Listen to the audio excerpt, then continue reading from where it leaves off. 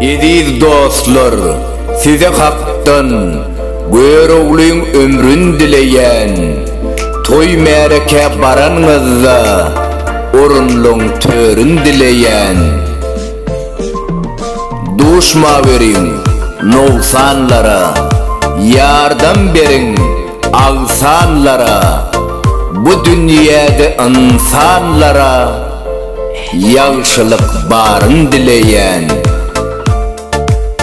Artık çoğuluk kendisini, saçakların dolusunu, sallan çağın onusunu, kucaklan birin dileyen.